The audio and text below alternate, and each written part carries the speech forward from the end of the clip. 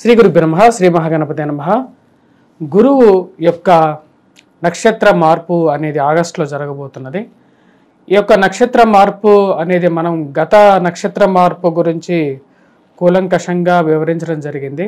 ఇప్పుడు జరుగుతున్నటువంటి మార్పు వచ్చేటప్పటికి గురు నక్షత్రం అంటే గురువు తన యొక్క నక్షత్రం ప్రస్తుత నక్షత్రం వచ్చేటప్పటికి శుక్రుడి యొక్క నక్షత్రమైనటువంటి రోహిణి నక్షత్రంలో శత్రుస్థానంలో ఉన్నాడు.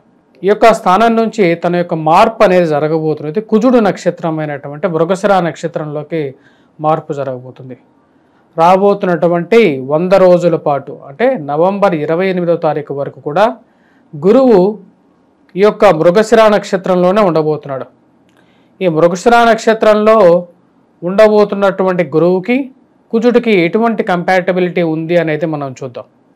మృగశిర నక్షత్రానికి అధిపతి వచ్చేటప్పటికి కుజుడికి గురువుకి మిత్రత్వం అనేది ఉంది. గత మనం చూసినటువంటి 100 రోజుల పరిస్థితి మనం చూసినట్లయితే చాలామంది టీవీ న్యూస్ పేపర్స్లో కూడా చూస్తుండవచ్చు. ఇదే విధంగా కూడా ఒక డిబేట్ కూడా మనకు వచ్చేటప్పటికి టీవీ9లో జరిగింది. క్రోధీనామ సంవత్సరంలో ఇటువంటి అరిష్టాలు ఎందుకు జరుగుతున్నాయి అని మనం వివరించేటప్పుడు గురువు యొక్క నక్షత్ర స్థితిగతి గురించి కూడా నేను చెప్పాను. గురువు శత్రుస్థానంలో ఉన్నప్పుడు ప్రకోపం అనేది ఎక్కువగా ఉంటుంది. అందుకే ఆగస్టులో మనం చూసుకున్నట్లయితే ఏవైతే వైరాలు ఉన్నాయో ఆ వైరాలు అనేవి కొంత శాంతించడం, యుద్ధ వాతావరణం కొంచెం తగ్గటం అనేది కూడా మనం గమనిస్తూ ఉండొచ్చు. ప్రకృతి ప్రకోపం అనేది కూడా తగ్గుతూ ఉంటుంది. ఇప్పుడు రాబోతున్నటువంటి 100 రోజుల పాటు మృగశిర నక్షత్రంలో గురువు ఉన్నప్పుడు కొంచెం కంపాటబిలిటీ అనేది ఉంటుంది. కాకపోతే కుజుడు నీచత్వం కూడా పట్టబోతున్నాడు. దాని గురించి కూడా వీడియో చేశాను, అది కూడా చూడండి. ఎందుకంటే రాష్ట్రాధిపతి అంటే ఈ సంవత్సరానికి అధిపతి అయినటువంటి కుజుడు ఈ సంవత్సరంలో కుజ మాందాబ్దం కుజ నీచత్వం జరుగుతున్నది.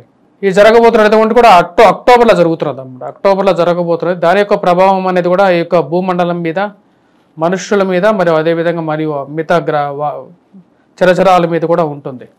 ఇక గురు నక్షత్రం ఎప్పుడైతే జరుగుతుందో ఇప్పుడు నేను చెప్పబోయేది వచ్చేటప్పటికి కుజుడు నక్షత్రంలోకి ఎప్పుడైతే మృగశిర నక్షత్రంలోకి గురువు మారినప్పుడు మిగిలినటువంటి 26 నక్షత్రాల మీద కూడా దాని యొక్క ప్రభావం అనేది ఉంటుంది.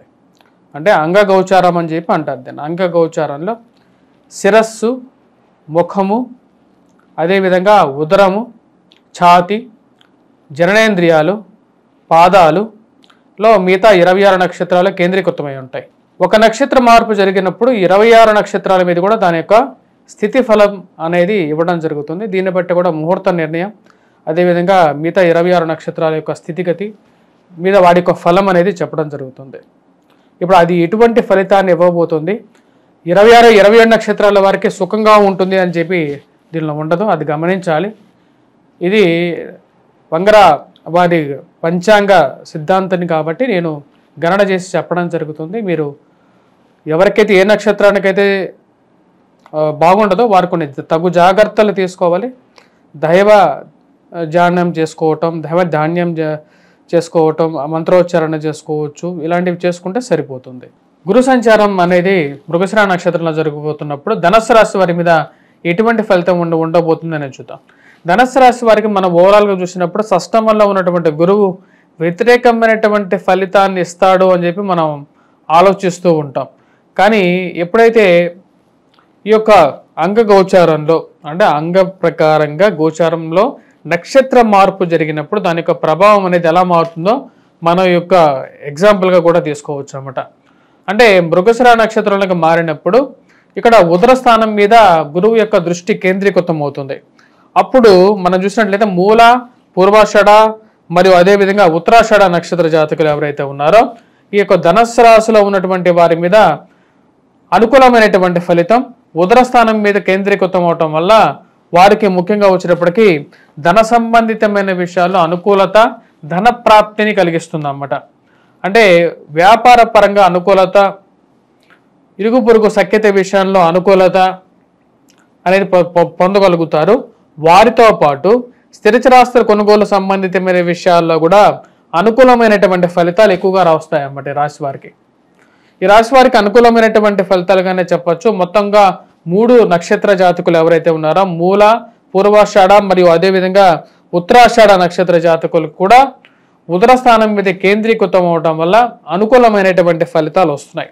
మరియు అదేవిధంగా వ్యాపార ప్రయత్నాల్లో సానుకూలమైనటువంటి ఫలితాలు ఎక్కువగా ఉన్నాయి. ప్రయాణం ద్వారా వీరికి రాశి ఈ యొక్క నక్షత్ర జాతకులకి 3 నక్షత్ర జాతకులకి కూడా సానుకూలమైనటువంటి ఫలితాలు, మరియు వివాహ ప్రయత్నాల్లో అనుకూలమైనటువంటి ఫలితాలు కూడా రాబోతున్నటువంటి 100 రోజుల పాటు సానుకూలంగా ఉండే విధంగా ఉంది. ఉద్యోగస్తులు ఎవరైతే ఉన్నారో వారికి కూడా సానుకూలంగా ఉండబోతున్నది. ఉద్యోగ స్థానాల్లో మార్పు చేర్పులకి, అధికమైనటువంటి జీతాలకి పొందటానికి మార్పు చేర్పులలో అనుకూలంగా ఉంటుంది. మరి అదేవిధంగా ప్రమోషన్స్ పరంగాను, ఇంక్రిమెంట్స్ పరంగాను సానుకూలమైనటువంటి ఫలితాలు పొందగలుగుతారు. స్థానచలనం జరగటం, ఉన్నటువంటి ఆస్తి యొక్క రేటు పెరగటం అనేది జరుగుతుంది. మీరు ఎప్పుడో కొన్నటువంటి ల్యాండ్ కానీ లేకుండా బంగారం కానీ దాని కొద్ది రేటు పెరిగిందని అనేది తెలియటం అనేది, స్థలం కానీ మరియు అదేవిధంగా మీకున్నటువంటి ఆస్తి యొక్క వాల్యూ పెరిగిందని చెప్పి తెలిసి మానసిక ఆనందానికి పొందగలుగుతారు. ఈ యొక్క నక్షత్ర జాతకులు ఎవరైతే ఉన్నారో ధనుస్సు రాశి వారికి అనుకూలమైనటువంటి ఫలితం. గురువు యొక్క అనుకూలత అనేది ఈ యొక్క టోటల్గా రాశికే ఉందన్నమాట. షష్టమంలో ఉన్నా సరే అంగగోచారంలో ఇది క్లియర్గా రాయబడింది. ఎందుకంటే ఉదర స్థానం మీద మృగశిర నక్షత్రంలోకి ఉన్నప్పుడు అక్కడ నుంచి ఇది ఉదర స్థానాన్ని చూస్తున్నట్టుగా చెప్తారన్నమాట. తద్వారా వచ్చినప్పటికీ వివాహ ప్రయత్నాల్లో కూడా సానుకూలమైనటువంటి నిర్ణయాన్ని సూచిస్తూ ఉన్నది. నవంబర్ 28వ తారీఖు వరకు కూడా ఇది ఉద్యోగపరంగా, వ్యాపార పరంగా కూడా సానుకూలంగా ఉంటుంది. నూతన ఉద్యోగ ప్రయత్నాలు, గృహంలో వారికి ఉద్యోగం రావడం అనేది కూడా జరగడానికి ఆస్కారం అనేది గోచరిస్తూ ఉన్నది. మరియు అదేవిధంగా వ్యాపారంలో కొత్త బ్రాంచ్లు ఓపెన్ చేయాలనుకున్నటువంటి వారికి సానుకూలంగా ఉంటుంది. కొత్త షాపులు పెట్టాలనుకున్నటువంటి వారికి, అది ఎక్స్పాన్షన్ చేయాలనుకున్నటువంటి వారికి వారు సాధించాలనుకున్నటువంటి విజయాన్ని సాధించగలుగుతారు. గురుబలం అనేది పూర్తిగా ఈ యొక్క నక్షత్ర జాతకులకి మరియు అదేవిధంగా ధనుస్సు రాశి వారికి వివాహంలోను, సంతానంలోను సౌఖ్యాన్ని ఇవ్వగలుగుతుంది. వారితో పాటు శని యొక్క బలం అనేది వీరికి బాగా కలిసి వచ్చే విధంగా కూడా ఉంది.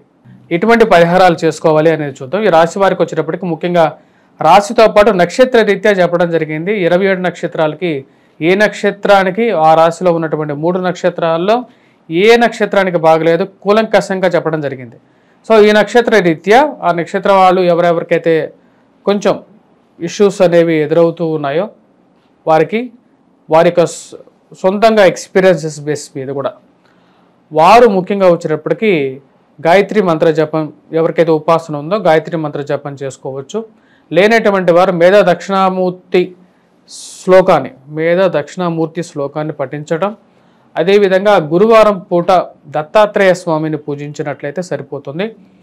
లేనటువంటి వారు నివసించేటువంటి గృహంలో ముఖ్యంగా ఈ నార్త్ ఈస్ట్ సైడ్ దీపాన్ని ఉదయం పూట, సాయంకాలం పూట దీపారాధన చేయగలిగే, ఎందుకంటే మన పూజా మందిరం నార్త్ ఈస్ట్ సైడ్ ఉంటుంది, అక్కడ ఈస్ట్ ఫేసింగ్లో కానీ ఉంటుంది.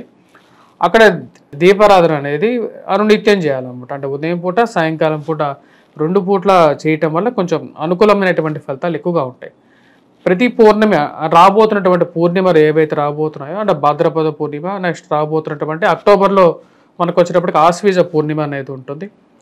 ఈ యొక్క పూర్ణిమల్లో వచ్చేటప్పటికి నెక్స్ట్ కార్తీక పూర్ణిమ అనేది ఉంటుంది. ఈ పూర్ణిమల్లో కానీ, ఎందుకంటే ఇది అక్టోబర్ వరకు అటు రాబోతున్నటువంటి నవంబర్ వరకు కూడా ఉంటుంది. రాబోతున్నటువంటి 100 రోజుల పాటు ఈ యొక్క గురు సంచారం అనేది మృగశిర నక్షత్రంలోనే ఉంటుంది.